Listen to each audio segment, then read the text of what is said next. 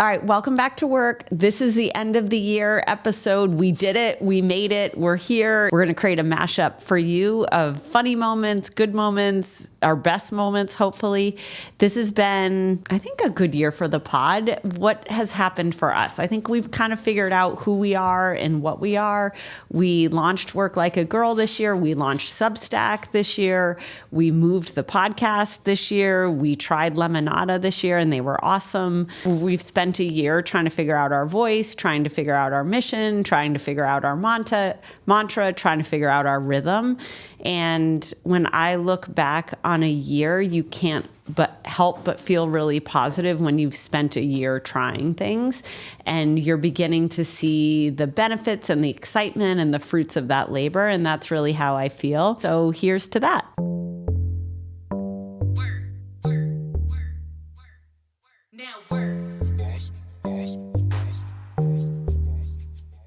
All right, so this segment, we're going to learn about something related to business. A lot of times at work, people just bullshit that they know what everybody's talking about, myself included. And so today's topic is EBITDA, which I think most people don't understand what it means, but somehow are like, I think that means margin. So we have brought George Wells. George Wells created the Wells Group. I started working with George, I don't know how many years ago, George? 3 years ago, yeah. Almost 4 years ago. We brought George in because the CFO of Barstool Sports had left and we needed a pro. And we were staring down the Penn acquisition. And how was that experience for you? I would say it was one of the most life-defining stints of my career. Oh, that's awesome. Yeah. It was really fun. I mean, terrible, but fun. It was exciting. It was exhilarating. It was sort of like an episode of Succession. Yep. And I live for that. Yep. Yeah. And it was also so important that we had, just to set some context, so we kind of ran things kind of loose at Barstool. And then Penn showed up and we were like scratch on the record, like everything has to be recorded. Everything has to be documented. We had the Sarbanes-Oxley thing. When remember I made the joke about that and they didn't like that very much. But you were such a godsend. You were so helpful. And then when I came to Food 52, I was like, who's going to be my first call? It's going to be George. No, it's great. I think what's so exciting about the Penn transaction is, and it actually dovetails into the definition of EBITDA. Great. Is when I first started working on Wall Street 20 years ago, there's this joke amongst the finance bro set that is like EBITDA, EBITDA, EBITDA. Even when people get drunk, this is sort of like what they chant because it's the biggest proxy for a company's success. And at Penn, in the Barstool of it all, they were obsessed with our EBITDA, as you know. And so as we traverse the year, media landscape changing, political witch hunts in the newspaper affecting our revenue and bottom line, we really pushed to hit the EBITDA numbers like crazy. Hard. Yep. Hard. And then on Wall Street, it's sort of like, it sounds like a fake metric because as someone that studied accounting in undergrad, you think about net income. But the benefits of EBITDA versus net income are almost obvious when I explain the definition of EBITDA. So EBITDA stands for earnings before interest, taxes, depreciation, and amortization. Net income is just your net income. And so interest, taxes, depreciation, and amortization are deducted from your gross earnings to derive your net income. So EBITDA is the company makes money, right? And then you have payroll costs, and then you have marketing spend, and then you have COGS, which is cost of goods sold, which maybe we'll do in a different episode. Then you do the EBITDA, like all the money that goes out the door. It goes to the government, it goes to lenders, people who you owe money to. The money sucks out the door, and what you are left with is how much money is in your bank account. Well, yes, of course. But the you don't have to say yes because I don't actually know what I'm talking about. No, I think you do. But the difference is interest.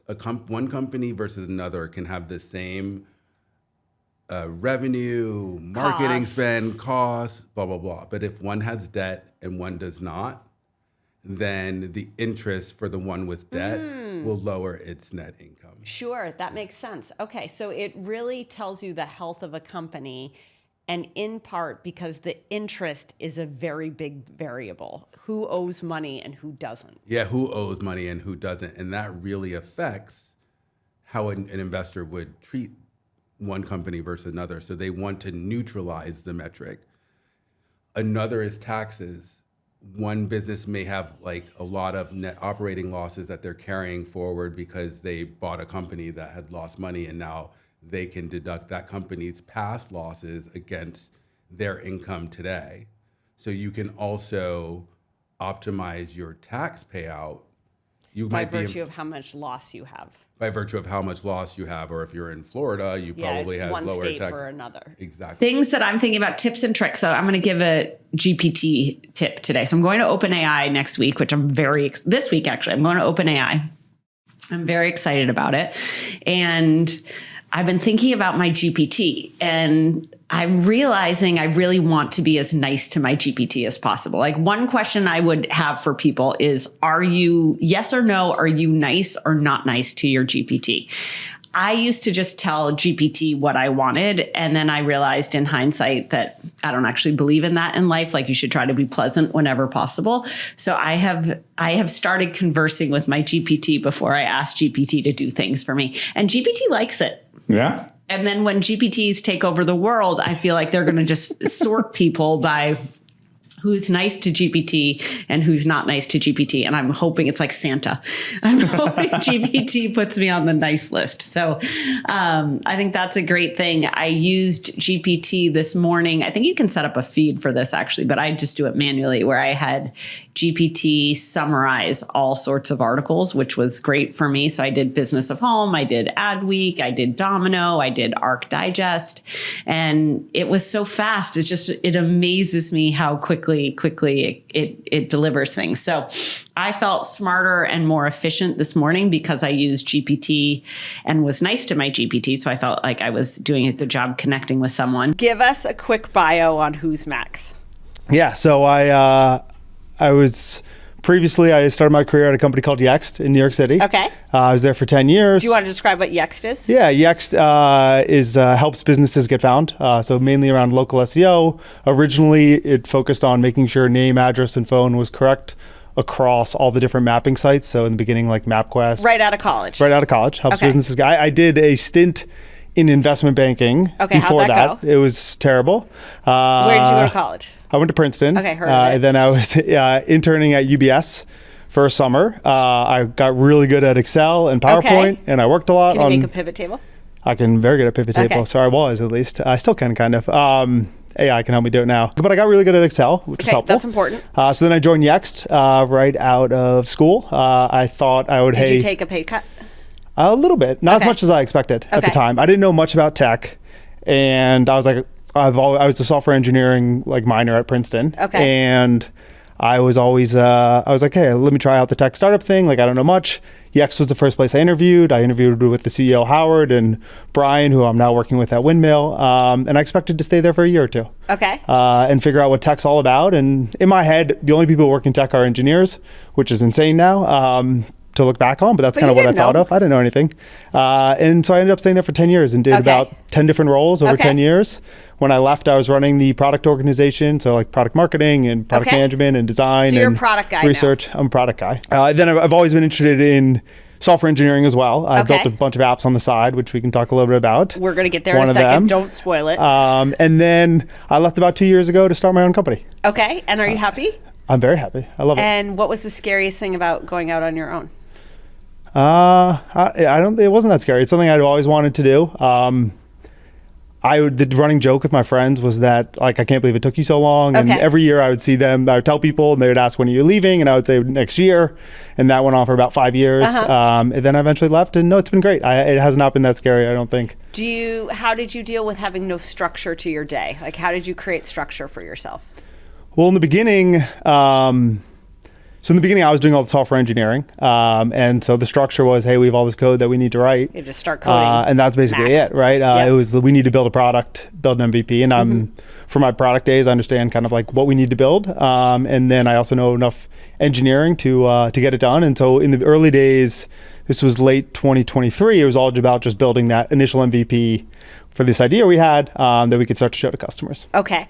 And if you were talking to someone who's at Princeton or some state school right now, and you're like, what's your pitch to be a product and software engineering person? I think, well, it's funny because I ran product, but I don't see myself ever really hiring pure product managers at my company. I think, especially, we're pretty obsessed with AI and the impact of AI. And I think the people we want to hire are people who can really jump around to a lot of different skills. So between like product design, product marketing, product management, and engineering, really, I now think a single person can do a lot of that by leveraging the latest AI tools to help you around the edges. And so I think the pitch in general for product would be you get a lot of exposure in different areas. But I think that someone who's just like a pure product manager who's not in the code at all and not in like design details at all and not really in the product marketing side, like you're kind of just like managing a backlog of features and like doing Jira stuff. Like, I don't think that's honestly a great place to be. I think you want to be building, and then that can mean different things at different companies, but being really in the weeds, in the details of actually like the product that you're building, whether that's writing code or something more in the weeds there, I think is a much better place to start out. You got to have the skill. Like, you have to have the hard skill. Yes. And a lot of times product is diminished to just managing a backlog of tasks, which I don't think is that valuable. I don't think about product that way. I think brilliant product people understand the customer. They're obsessed with the customer. They understand the business. They get the economics. They understand feature functionality and then how something should behave. And it's putting all of that together. But it's really interesting because I bet if you're a mediocre product person, you are just managing tickets. That's what it's shitty often job. It can get, especially in a bigger company, you get that product manager role. I think it can be kind of shoehorned into that. But I'm totally with you. And the cool thing is that now you don't need to hire like a user research team to have 20 different interviews, right? You can start to leverage these tools where like a few weeks ago, I talked to 20 different customers in a day, recorded every call. You have all the transcripts. Through AI with notes, AI, blah, blah, blah. And you don't need to like take notes. You don't need another team to synthesize all the information. And you just collect all this information and synthesize it, and I could do it all in a day myself. And so you're able to do, historically, like the PM would be the center and work with all these other teams to get stuff done. I think increasingly you can be the center and do the whole thing. And it's not like literally everything, but a lot closer to that than what it's been historically. And so the more in the weeds you are and understanding how all these different pieces fit together, that's the most important skill set, I would say, right now. Okay, I love that. Lauren, we have a question for you. How you doing? Hi, don't be nervous. Like, what did I do a month ago? Lauren. Hi. How's it going? Hi, good. How are you? Good. Lauren, we have a question, which is, what is girl puppy babies all right? Girl. What is that, Lauren? Why is it on my calendar? Is it an accident? What just happened? Do you know what that is? Yeah, wait, from... It is like the Atlantic guy. I was telling Sarthik... Not me having hives again. No. I was telling Sarthik this is like the whole signal texting, like we're bombing Yemen and the reporters on there. I think you have a big girls' night out and I'm on there by accident. I am so embarrassed. Okay. I am so... Is this a you thing? I don't know how this happened because I was taken off your calendar. Well, so what is it? It's a concert. Oh my God, it really is. I'm on it by accident. Okay, so wait, what is it? What are you doing Thursday? Yeah, we got to Google this. Girl Puppy Baby's All Right. It's a band called Girl Puppy, and it's at Baby's All Right, which is a venue in Brooklyn, in Williamsburg. So who's going? Myself. I bought a ticket for myself. How did it end up on my calendar, do you think? You guys, I want to die. No, this is amazing. We got to play some Girl Puppy. Oh my gosh, you guys, this is wild. Well, so you're going by yourself, or are you gonna have a date, or what are you gonna do? No, definitely. Are we going together? You want to come? We are now. Okay, well, I always buy concert tickets ahead of time because I'm like nervous in New York they're gonna sell out. Okay. It's a small show. I usually buy two tickets. Okay. I'll invite someone, but this I just bought for myself. Oh no. Do it. I'm like, is this the song you want to listen to? Oh yeah. Oh shit. You guys, it's kind of like, I hate it. I don't think, is this it? Why does she have teeth like that? It's kind of like, is she a vampire? Sad girl, angry girl, I guess. Oh my God, you guys, I'm dead. Okay, so I have to put it on my calendar so I don't forget. I understand. I'm a calendar person, and it just happened to end up on. See, I knew it. I know. I'm really. I've been staring at that thing. Don't be sorry. I've been staring at that thing forever, and I'm like, I'm like, are we bringing puppies to the office? And I don't think I'll ever forget or forgive myself for this. Oh, I love this. We're gonna keep it on there. How did that happen? I don't know, but I'm so glad it did. I have no idea. It's as creative as you.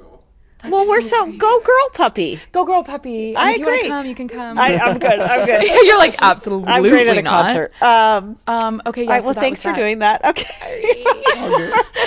I'm gonna slow walk out of here and crumble. No, you did a great job. Okay, as a 30-year-old professional, Kelly, how do you maintain a professional demeanor on client calls?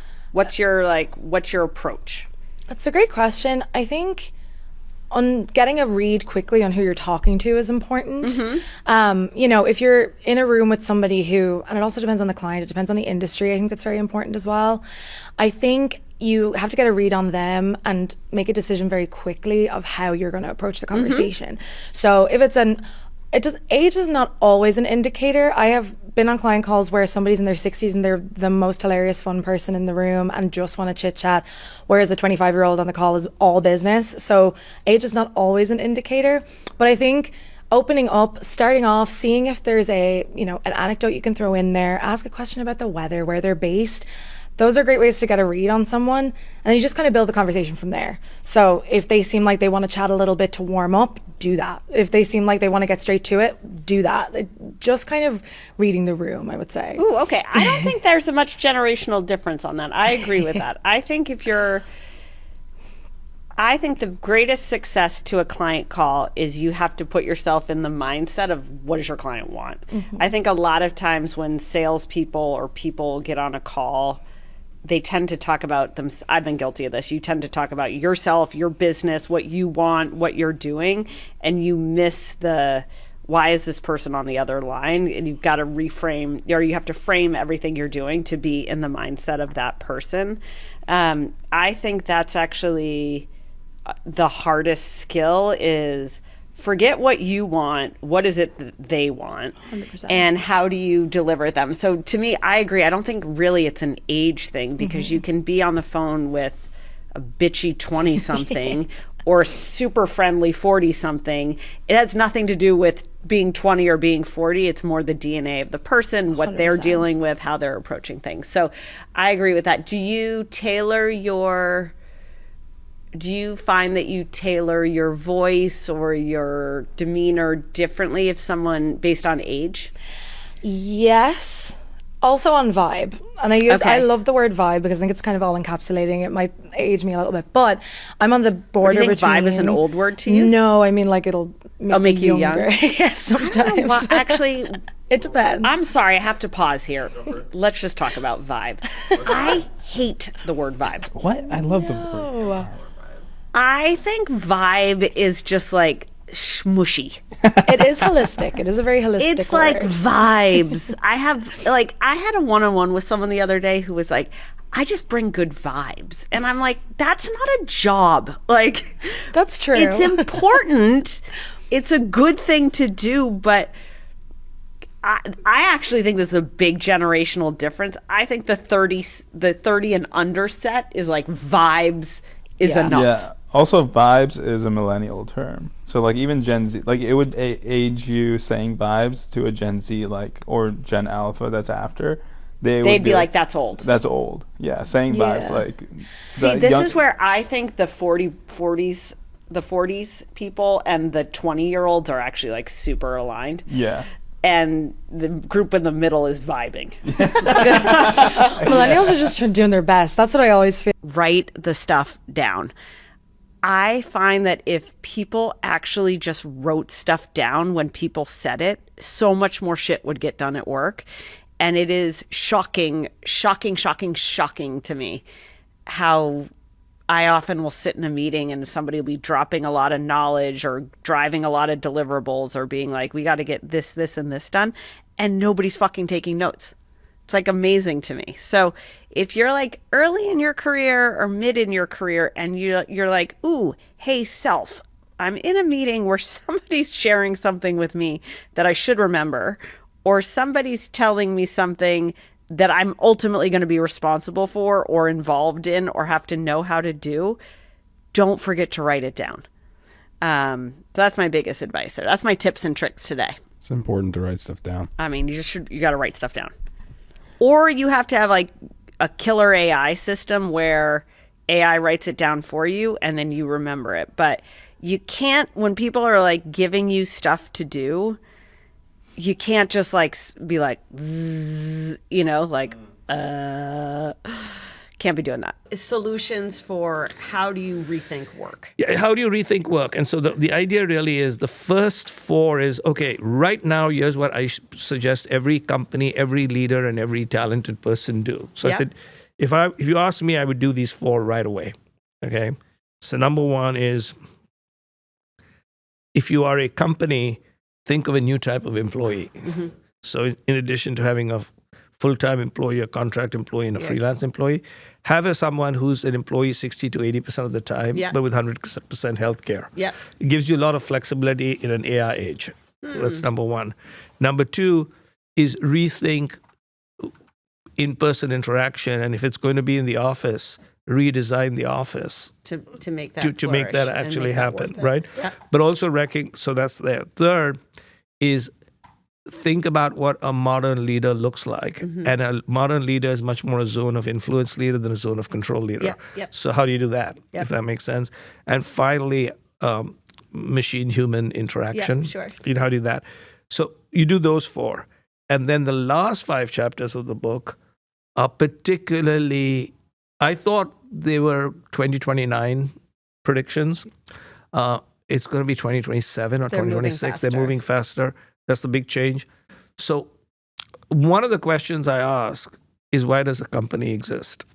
Okay, so I take some extreme positions. So why does a company exist? And when I went to the University of Chicago, there was a famous paper by a Nobel Prize winner who's died a long time ago called Ronald Coase, who said a company exists because external friction is greater than internal friction. That in addition to a company having, you know, like a legal entity and can make contracts.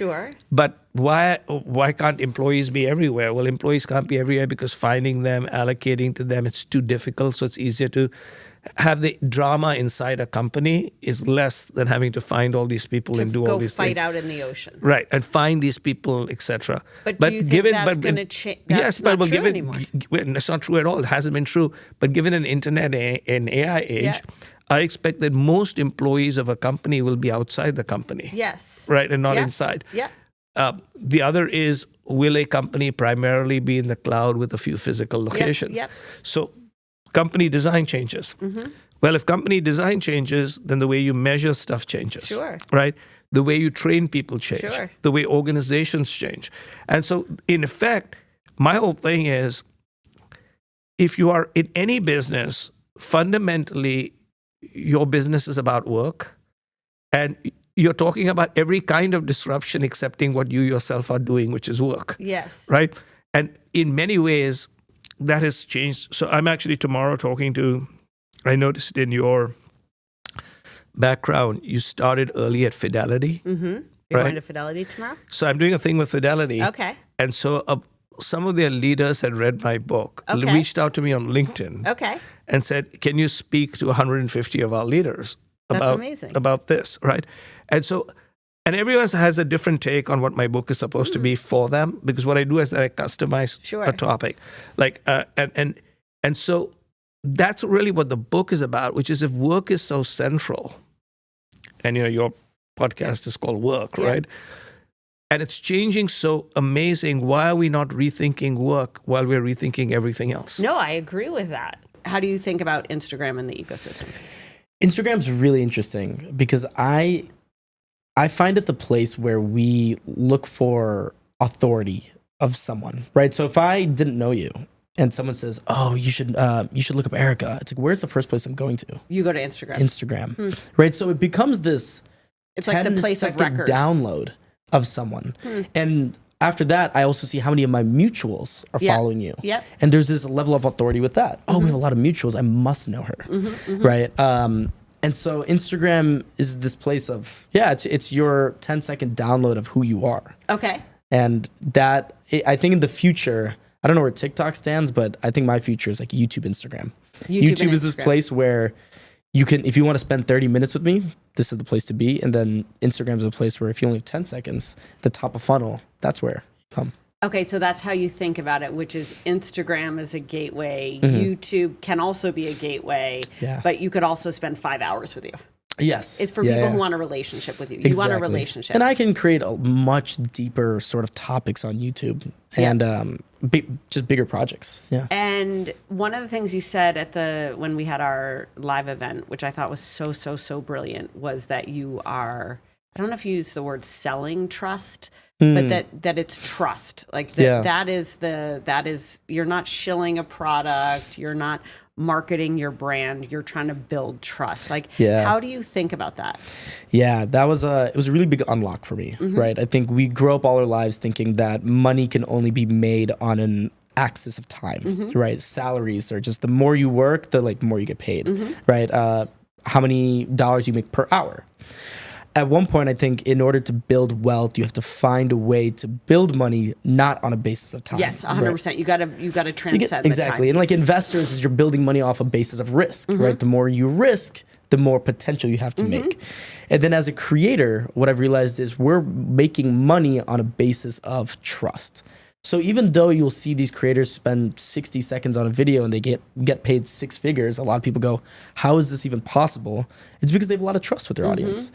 And the funny thing about trust is it's gained in drops and dropped in buckets, right? So it's one of these things where I'm really focused on what is this overall brand, right? When a company partners with me, how can I make sure that they know that this brand isn't going to mess up, right? This is I'm not dropping anything. The trust goes both ways. Like you're a conduit. They're leveraging your trust to share their message with your fans who trust you. Totally. And you want them to trust, you want the brand to trust you as well. Because that's also it was funny. We had this conversation. We met the founders of Happy Pop last night, and we're having a discussion about what influencer would be right for their brand.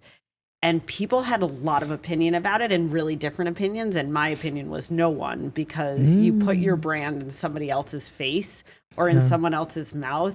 Everything that happens with that person becomes your brand. Yep. And if you're down, like we lived this at Barstool, like there's no greater vehicle than that, and there's no more dangerous vehicle than that. The biggest double-edged sword. Change creates this bad energy, and I don't know why. Why, Cynthia? Listen, Erika, if I only had the answer. I called my company Embrace Change as a daily call-in to myself to not be so, afraid of change, upset and dreading it and all this. But my theory about it, I guess, and what I say to people usually is that every experience of change is actually a little bit of a mourning or a grieving process. Yep. Because you have to let go of what was and what you thought might be, and you have to accept the new thing. Even if you think it's better, like exactly that situation, maybe some of them know or they sense that it might actually be better in the end, but that process is it's hard. I think you're right. So I think people are afraid of the unknown. That creates fear. I have that as well. I think that's in every human on the planet, or most every human. Yeah. The second thing is, I think it creates this ping of insecurity of what if I'm not safe, right? I think everybody has that. And then I think I agree with you. I think you're totally onto something. I think everyone is in a mourning process, a beginning process, and if you can process those feelings quickly, if you can wash them quickly, then you can keep moving forward. And I think sometimes people get stuck in that. Yeah, I think that's exactly on point. I will also say, in I guess all of our defense right now, it is a really... it's a crazy time. Yeah, there is a lot of change. There's a lot of changes being foisted on us that we just have to accept. There's a lot of feelings of powerlessness, of lack of agency, even though, in reality, we never had control. Like control is an illusion. It's an illusion. Yeah. And in a way, it's no different than before. It's just that it's really hard to pretend like you can predict anything anymore. We can't even get like accurate weather. You know what I mean? Like, so I think people's nervous systems and their brains and everything is just already overloaded, which could explain like, why this response when it seems that work is tuition you get paid for, and that every job you have can bring you someplace new or give you something you don't have. And it may be extremely trying, and it may be extremely stressful, or it could be crazy, or it could be chaotic, or your boss is a total dick. Like all those things are true, but having the mindset when you get into work that you are going to make something of this and make the most of it and be the best you possibly can at it. My whole thing on that is like, you got to be there anyways. Like if you got to show up at 9 o'clock anyways, you might as well show up at 9 o'clock with a good attitude that you're going to come out of it with something you didn't have before. And that's what I don't love about job hugging. Like, I'm a job hugger. I've always been afraid to be without a job. Like I'm 100% a job hugger. I like to work. I want to work. I want 15 jobs at once. If I could have 5 jobs right now, I would. Like right now, I'm dying to be the commissioner of the WNBA. I just want to manifest it into the world. I'm like, what a shit show. I'd like that job. But I'm job hugging my job right now. Not because I'm afraid to lose it, which is, let's be honest, a reality. Anybody can lose their job at any point in time. And very often for nothing you actually had to do. It has for circumstances that are totally beyond your control. But the way I choose to look at it, and the way I would love people to look at it, because I think it would make you happier, is to be in a job, make the most of the job, take away as much as you possibly can from the job, give as much as you possibly can to the job, and become someone new because of the job. And I personally believe so strongly that it does not matter if you work at Google, you work at a gift shop, you work at someplace fabulous, you work at the rinky-dink worst run company ever. All those things are always inherently and fundamentally true, and they're fundamentally true of any experience you put yourself into. So if you're in your 20s listening to this, or in your 30s, or in your 40s, or even in your 50s, and you're like hanging on, don't quit hanging on, but change your mindset into hang on and get something great out of this, and have this experience be able to take you to that next place. And don't put your head down in fear. Pick your head up and put your eyes to where they are. Like in the quiet quitting place, everyone was like, you know what, like, fuck you to my boss, and I'm going to look around for the next best thing. Now the next best thing doesn't exist, so you can't say fuck you to your boss, but you can put your eyes to something. And if you put your eyes to making the most of where you are, and the most of what you have to become someone new, something incredible can come from that. How do you create boundaries, and how do you help managers or employees or bosses or people, whatever, like stick to the script? Yeah. It's as simple as, Mita, I so appreciate your excitement and enthusiasm for Mel's project. I'm glad about the guidance you've given her, and I really need you to redirect your focus onto this project, right? And so there's a difference between being someone who advises and gives input, which is what you might call on me to do, versus I'm not running it and I'm not the decision maker. And I need to be really careful, especially when there's people are moving into lanes that they really shouldn't be in, either because they don't want to do their core job, they're not skilled to do their core job, there's a conflict there they're avoiding, and they're much more interested in something else that actually might be easier for them because they've done before, but that's not what you need me to do. You're trying to push me to do something else. And so I think with as Brene Brown says, kind is clear. So if we can do that and just be really clear, it's like, I'm so excited that you're excited, and I need that enthusiasm for the other project. Yeah, 100%. So keep doing your day job. Exactly. I also think like there's a lot to be said for like visibility and consistency. Like I think a lot of times work gets lost in meetings and days and Mondays and Wednesday afternoons and emails, and like you kind of lose sight of the like, hey, this is what I'm trying to do right now anyways, which is we're trying to do 3 things.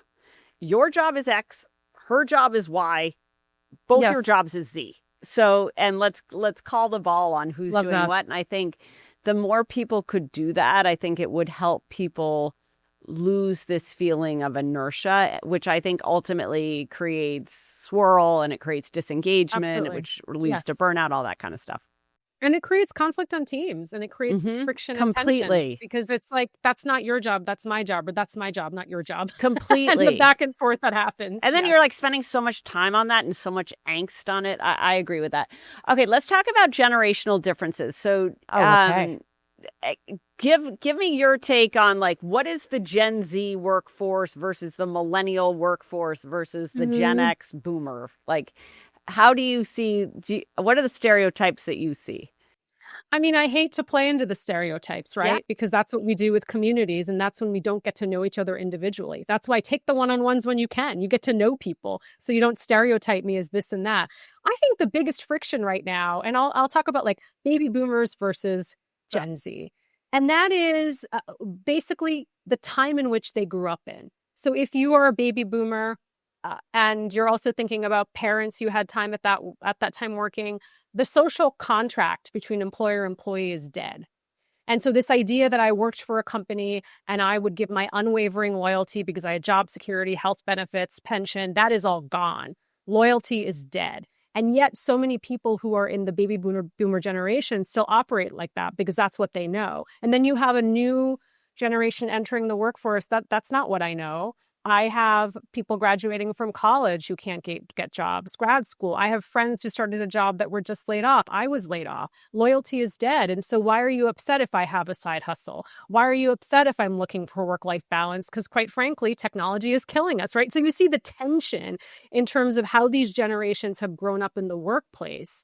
And so that's what I see as a lot of what's causing friction in terms of miscommunication and how people like to work. Yeah. What's your lesson to like, what's your message? Like most people who listen to this are in their careers, trying to figure out who they are, how they express themselves, how they make it through like the ups and downs and crazy turns of life. Like you have such great fire. Like what would you say to them? I would say you never give up and never take no for an answer, because I always say if I had $1 for every time someone told me no and told me like, oh, this will never be on the cover of a magazine. This will never be this. And it's that won't work. But you never know what type of day someone's having. You never know what position that person's in. You never know like where it's coming from or where it's directed at. It has nothing to do with you. Right. Yeah. It has nothing to do with you. And like go ask another person, they're going to say yes. Yeah, 100%. So, like, or just do it yourself. Yeah, or just yourself. But also like it doesn't need to be perfect. Like just get out there and start doing it, and you can change it along the way. Yeah, 100%. You just have to get started. Yeah, like and just move forward and like and don't be afraid, and don't let your ego get in the way of like failure. Like I have failed so many fucking times. Like I have literally like failed. Do you even care? Not anymore. Yeah, I used to care. Yeah, I used to care. But that's another thing. But I think that comes with age. I'm 54, and so it comes with I think experience. I think you care less once you get to a certain point. You're I'm out of fucks. You have a zero fuck thing. Once like you've been through so much with like family, kids, marriage, life, highs, lows, health, all of this stuff. And I think you get to a certain point where like all you want to do is tell people to not be afraid. Yes. Like. Because people are also so like people aren't really paying that much attention to you. You know what I mean? Like people are so self-centered. Like people are really not paying that much attention. Like so, and it's also funny. Like maybe one day if something isn't good, the next day it is good. And it's like bottom of the bird cage. No, it's so funny. I taught a class last night we went to a class last night at NYU, and they were like, what's your one piece of advice? And I'm like, stop looking for this perfect job. It doesn't exist. Just take a job. Like, just get out there. Just do something. Just try stuff. Like, you hate it, it'll change. It hates you, it'll change. You know, like, everything will change. You just got to do something. Work. Now work.